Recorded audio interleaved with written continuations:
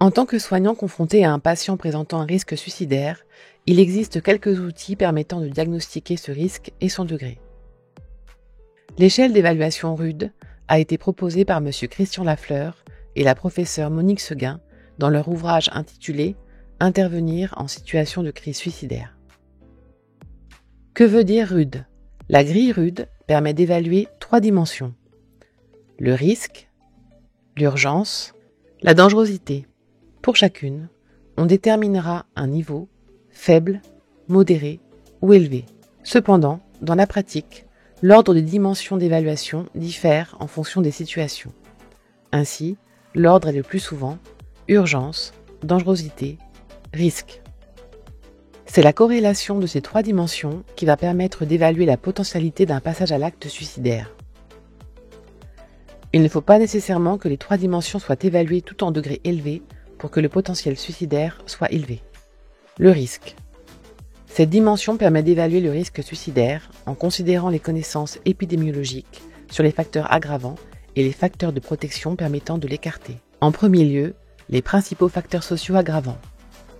Hommes, 35 à 55 ans ou plus de 75 ans, célibataires, veufs, divorcés ou en conflit conjugal majeur, absence de liens sociaux, en isolement social, sans emploi, difficultés financières et ou judiciaires, victimes de violences et ou de maltraitance, en situation d'abandon ou de deuil. Il existe aussi des facteurs psychologiques et médicaux aggravants, comme par exemple les stress psychosociaux, la mauvaise estime de soi, les antécédents suicidaires, troubles psychiatriques, dépression, troubles de la personnalité, troubles bipolaires, un handicap, une maladie physique, un alcoolisme, un usage de drogue.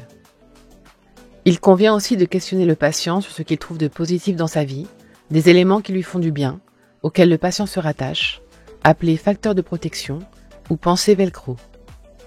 Les facteurs de protection, pensées velcro, sont par exemple la résilience et la capacité de résolution de problèmes, le soutien apporté par la famille, un conjoint, un confident, les relations sociales, la grossesse, les enfants vivant à la maison et ses responsabilités familiales, l'intégration au sein de la communauté et de la société, la foi et les pratiques religieuses, une relation thérapeutique positive.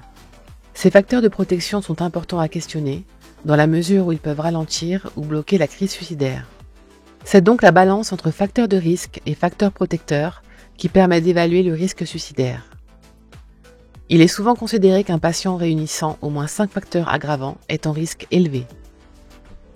L'urgence. Cette dimension permet d'évaluer la probabilité et l'imminence du passage à l'acte. Cela permettra de situer le patient dans le processus suicidaire et de mieux organiser sa prise en charge dans les 24 ou 48 heures. On évalue le niveau de souffrance psychique, avec en particulier l'intensité du sentiment de désespoir, mais aussi de dévalorisation, d'impuissance, voire de culpabilité. On évalue aussi l'événement précipitant, perte, conflit, qui n'est souvent que le dernier d'une longue série. Le degré d'intentionnalité est aussi évalué, c'est-à-dire si les idées de suicide sont passives ou actives et prévalentes, s'il y a planification d'un scénario suicidaire. Ainsi, le scénario suicidaire doit être adéquatement et précisément évalué par des questions. Comment ? Où ? Quand ? Un moyen mémotechnique, COC, permet de se rappeler les 3 axes à questionner. Pour résumer, l'urgence sera faible si le patient pense au suicide, il n'a pas de scénario précis, il cherche des solutions à ses problèmes, il a établi un lien de confiance avec un praticien, le patient désire parler et est à la recherche de communication car il souffre. L'urgence sera moyenne si le patient pense au suicide, le scénario est envisagé puis reporté, son équilibre émotionnel est fragile, le patient exprime directement ou indirectement son désarroi. Enfin, l'urgence sera élevée si le patient est convaincu du suicide, le suicide est planifié, prévu dans les jours à venir. Le patient est coupé de ses émotions, il rationalise sa décision ou, au contraire, il est très émotif, agité ou troublé. La dangerosité. Cette dimension permet d'évaluer le moyen évoqué par le patient pour se suicider.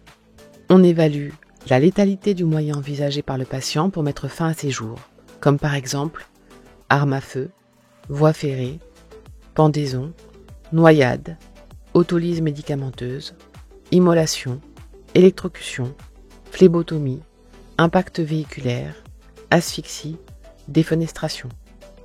On évalue aussi l'accessibilité, comme par exemple si les armes à feu sont acquises ou à disposition et chargées, ou les médicaments sont à disposition et entreposés de façon sûre, ou l'accès au lieu envisagé est déterminé et accessible. Si l'accès aux moyens est facile et immédiat, il faut considérer la dangerosité comme élevée et agir en conséquence. C'est l'appréciation générale et donc la corrélation entre le niveau de degré de risque, d'urgence et de dangerosité qui donne la potentialité, faible, moyenne ou élevée, d'un passage à l'acte suicidaire chez un patient. Néanmoins, c'est souvent le degré d'urgence qui prédomine.